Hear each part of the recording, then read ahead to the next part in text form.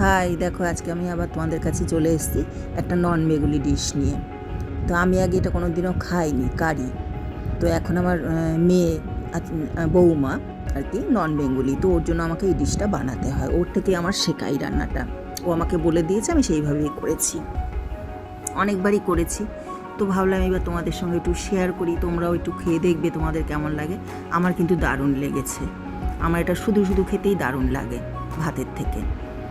তো দেখো, ওর জন্য ছোলার ডাল ভিজিয়ে রেখেছিলাম, ছোলার ডালটা বেটে নিয়েছি।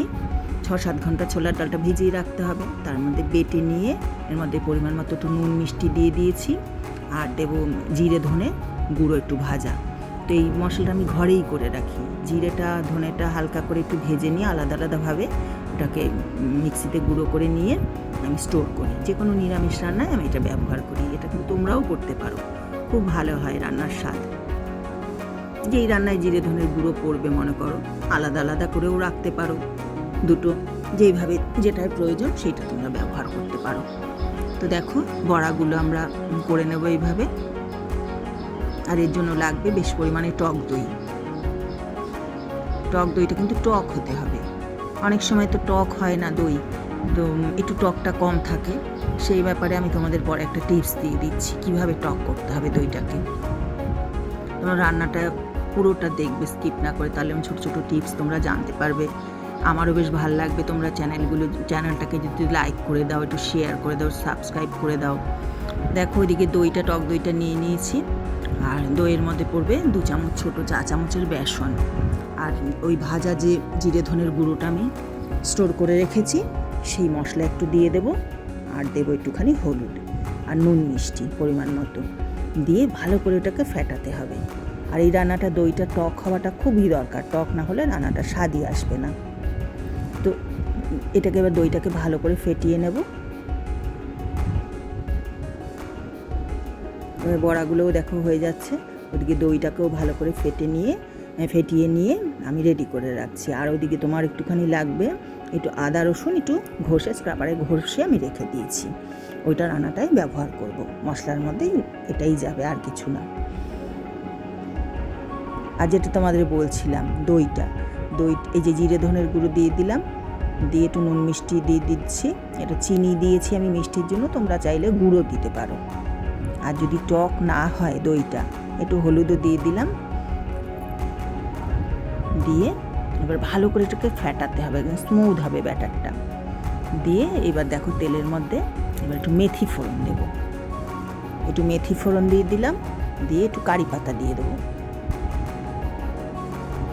কারি পাতা দিয়ে দিলাম। দিয়ে এটাকে মধ্যে আদা রসুন এটা দিয়ে পেস্টটা দিয়ে দেবো। পেস্টও দেওয়া যায়, ঘষেও নেওয়া যায়, যে এটা সুবিধা মতো রান্না করার সময় করে নিলেই পারবে তোমরা। এবার একটু ভাজা ভাজা হবে, হওয়ার পরে একটুখানি আমরা কাশ্মীরি লঙ্কার গুঁড়ো দিয়ে দেবো। এই নুন দিয়ে দেবো আন্দাজ মতো, যতটা নুন লাগবে আন্দাজ করে নুন, একটু মিষ্টি গুড় অথবা চিনি, আর একটু কাশ্মীরি লঙ্কার গুঁড়ো দিয়ে এবার এর মধ্যে কাঁচা লঙ্কাও ভেঙে ভেঙে তোমরা দিয়ে দিতে পারো ইচ্ছা হলে।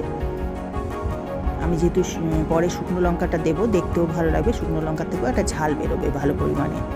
তো ওই জন্য শুকনো লঙ্কাটা আমি ছিঁড়ে দানা ফেলে গরম জল দিয়ে দিলাম। দেখো, ভাজা হয়ে যাওয়ার পরে শুকনো লঙ্কা গুঁড়ো দিয়ে দেবো এর মধ্যে।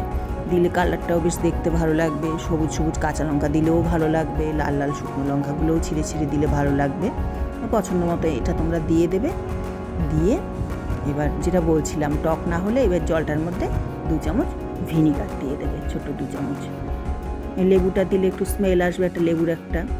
ওই তেঁতুলটা দিলেও ঠিক ভালো লাগবে না, আমি দিয়ে দেখেছিলাম, ভালো লাগেনি। কিন্তু আমি একবারে লাস্ট টাইম ভিনিগার দিয়েছিলাম, দেওয়াতে দেখলাম একদম দারুণ। মেয়েও খেয়ে বললো, মা একদম দারুণ হয়েছে খেতে। তো ভাবলাম যে ঠিক আছে, দারুণ হয়েছে যে তাহলে তোমাদেরকে শেয়ার করে দিয়ে। দেখো, জলের মধ্যে একটু ফোটার পরে বড়াটা দিয়ে দিলাম, এরপর আমি দইটাও দিয়ে দেবো এর মধ্যে। দিয়ে এবার এটাকে ফুটিয়ে নেবো, একটু বেশি ফোটাবো না। আর জলটা একটু বেশি পরিমাণেই দিতে হবে, কারণ এটা পরে ঠান্ডা হওয়ার পরে একদম জমে যায়, যেহেতু বেসন আছে। ওই জন্য তোমরা জলটা যে প্রথমে দেবে একটুখানি বেশি পরিমাণেই জলটা একটু দিয়ে দেবে, একটু গ্রেভি থাকবে, খেতে খুব ভালো লাগবে। দেখো রেডি তোমাদের, এটা হচ্ছে কারি। তোমরা বানিয়ে খাবে, কেমন লাগবে আমাকে বলবে। আজকের মতো টাটা, ভালো থেকো।